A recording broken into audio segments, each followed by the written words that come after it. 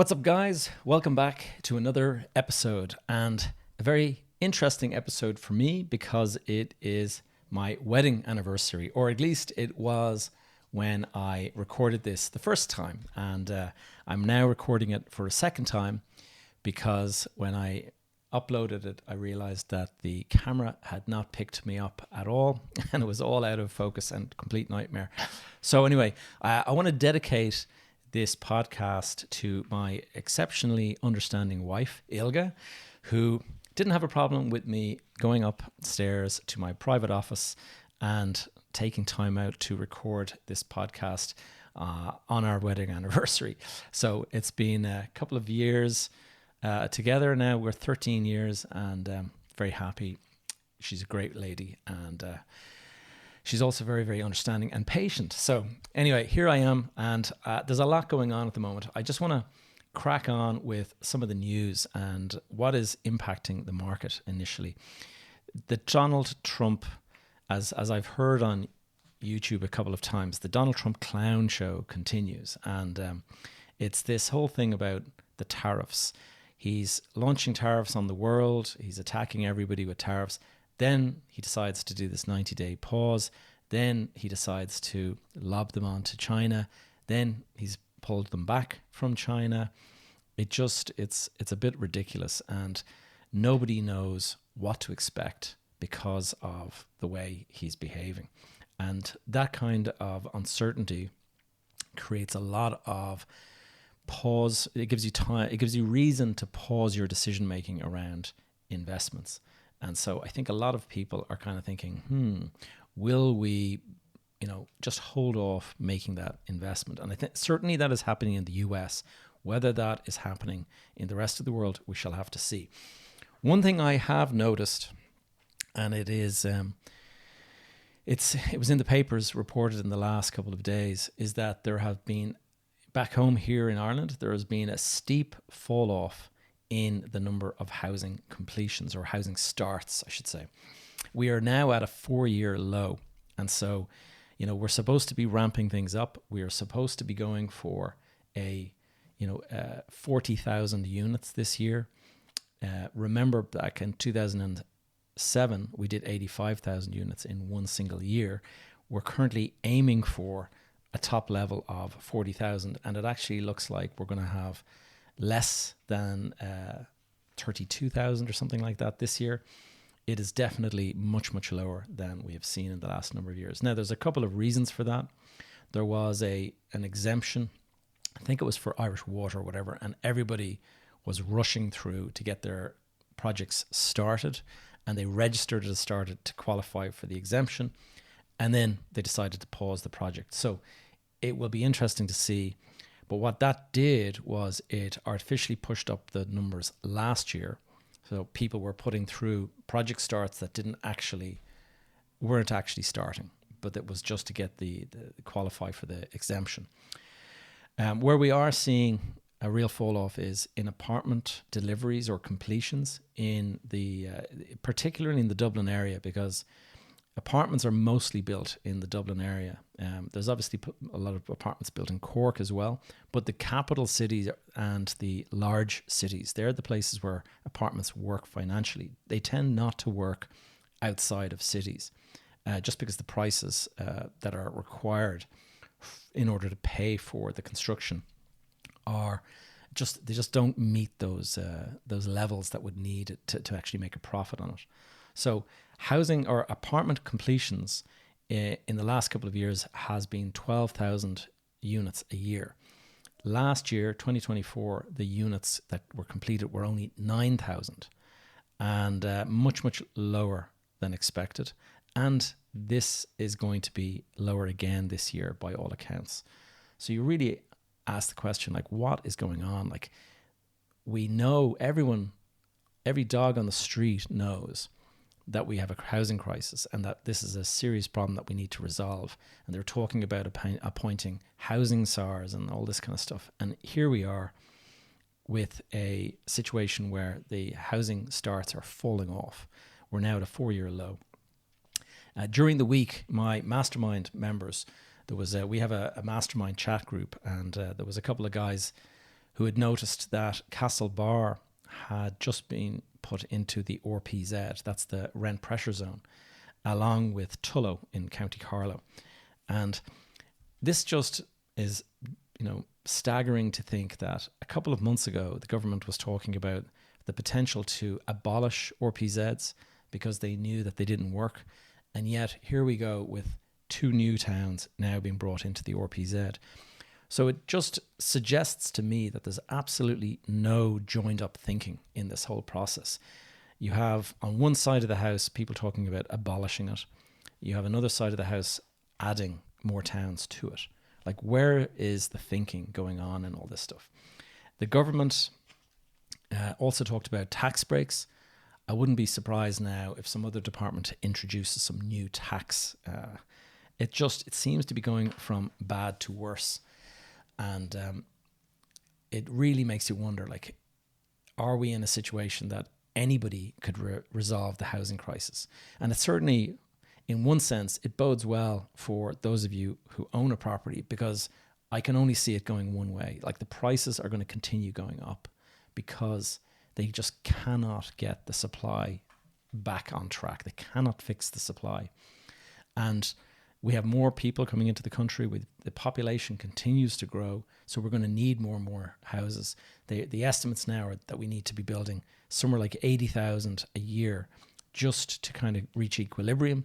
We're currently unable to do even 40,000. So we cannot even get close to half of where we need to be. So house prices will continue to rise. Rents will continue to rise. This introduction of more rent pressure zones, what that's going to do is it's going to make people say, you know what, I think it's time to get out. And the landlords that are renting to people will sell because there's such an insatiable demand for property that you can put your property on the market and you'll have 4 or 5, if not more, people bidding on it that are trying to buy a home for themselves. So that will bid up the price. Landlord exits the market, gets a great profit, and another property is removed from the rental supply, which will do what? It'll push up rent. It'll put more pressure on rents. And even if somebody cannot increase it because of the RPZ, putting limits on them, what that will do is that will just force that landlord to make the same decision and decide, okay, can't raise my rents, I'm just going to sell the property. So another property comes off the market, rental pressure increases again. And the landlord exits into a market where there's a buoyant number of people trying to buy. So it just makes you wonder. I think property prices will continue to be pushed up. And so you might be wondering, well, how do I get in on the market in order to enjoy this? How do I boost my property investment skills? And that is something that I just thought I would cover today. And one of the quickest ways to do that is obviously to join some sort of a mentoring program or mastermind. Now, obviously I have my one, but you don't have to buy from me. Like, there are other programs out there. There are other communities out there. Just joining a community will teach you a lot, and you will learn a lot from going out there and just mingling with people who are actively trying to buy property. Yes, I have my own programs, and obviously I'm going to be biased towards my programs, but the way I look at it is that you can learn all you want from online. You can read books and things like that, but it's only when you're actually applying the knowledge that you create the skill. And so you have to be out there. You have to be active. You have to be actually doing in order to master the skills that you're learning. And what I want to suggest is that maybe you'd like to come along to an event that I'm hosting. I'm hosting an event on the 7th of June. That's the first Saturday of June. And it's called the Investor Summit. It's an all-day event that I'm holding. I'm going to have 2 speakers at it. And there's going to be lunch. So we have a speaker in the morning. Then we go for lunch. All of the members will get together and we'll have a great lunch and stuff like that. And then after that, we have another speaker in the afternoon. The speakers I've got lined up there is Shay Lally from houses2restore.ie, and he has a big following on social media. He's going to be talking about the process of renovating and refurbishing homes, the do's and don'ts. and he'll explain, what his insights are, having built, refurbished and renovated lots and lots of property. Then in the afternoon session, we're going to have Brendan Allen. Now, Brendan appeared in my podcast about a year ago, episode 208, and Brendan is a property tax expert, and he's going to be there to give a talk on how to save yourself thousands and thousands in tax every year, the various strategies that landlords who are in the know do and what they're up to, and all that kind of stuff. And he's going to do a Q&A. So if you have any issues, if you're wondering, should I set up a company? Should I set up a pension? How should I structure it to reduce my tax bill and stuff? That's the time to ask these questions. And so this is a member-only event. So you can only attend if you are a member of my accelerator or my mastermind. And so the good news is I do have some space there, and I have a new program that is available now if you want to join. I'm going to put some links down below if you'd like to check them out. But for beginners, I have the foundation program. That is really just to take you through the basics, and it's priced for people that have limited budget, so it's not an expensive buy to get in on that. And then the accelerator program, that is for my more advanced investor clients, guys that have a business that's throwing off some cash. They're either actively buying property already, or they want to start building a portfolio. And a lot of the time, the guys already have some properties, and what they want to do is they want to scale that portfolio. They want to learn how to raise money. Usually you do that from private investors because the banks will only lend you so much. So that is coming up. I'm actually, what I'm going to do as well on the event on the 7th of June, I'm going to be launching a new module called Dealcraft. And Dealcraft is all about negotiation, persuasion, and just how to go about raising money and how to negotiate. If you're buying a property, like, how do you go about negotiating? How do you go about submitting an offer? How do you go about working out, like, what would your offer be? And the great news is a lot of this stuff is when you put it into practice, it does work. There's no question, because I've been meeting with my clients for the last couple of weeks. I know from the mastermind calls that at least 4 of my clients have gone out and gone sale agreed, even in the last 2 months. And so it's encouraging to see that. But I also met with a couple of my accelerator clients, and 2 of them are absolutely smashing it at the moment, and really inspiring. They're smashing it so well. They're in a position to actually literally retire right now, only in their 40s, and they have created sufficient cash flow that they could retire and just do nothing, and they would live off of the income that they've created. But these are driven individuals. They're not going to retire. They're going to keep on going.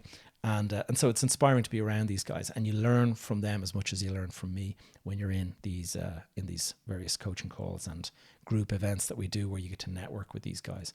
So guys, I'm going to put some links below. I hope this is useful. I would love to see you in the program. I'm excited about this new Dealcraft module. I think it's going to be really helpful for those of you who are out there actively negotiating. Maybe you found that deals have slipped through your fingers or things like that. And so one thing I would warn is that the spots for the event are limited enough. The hotel we've taken the biggest room we can find in the hotel, and has a maximum, I think it's fire regs, maximum number is 38 people. So all we can do is fit 38. After that, the doors are closed.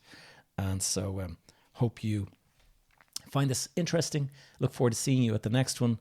And I'm going to go back now to my lovely, understanding wife and try to make it a podcast on our wedding anniversary. Take care, guys. See you next week.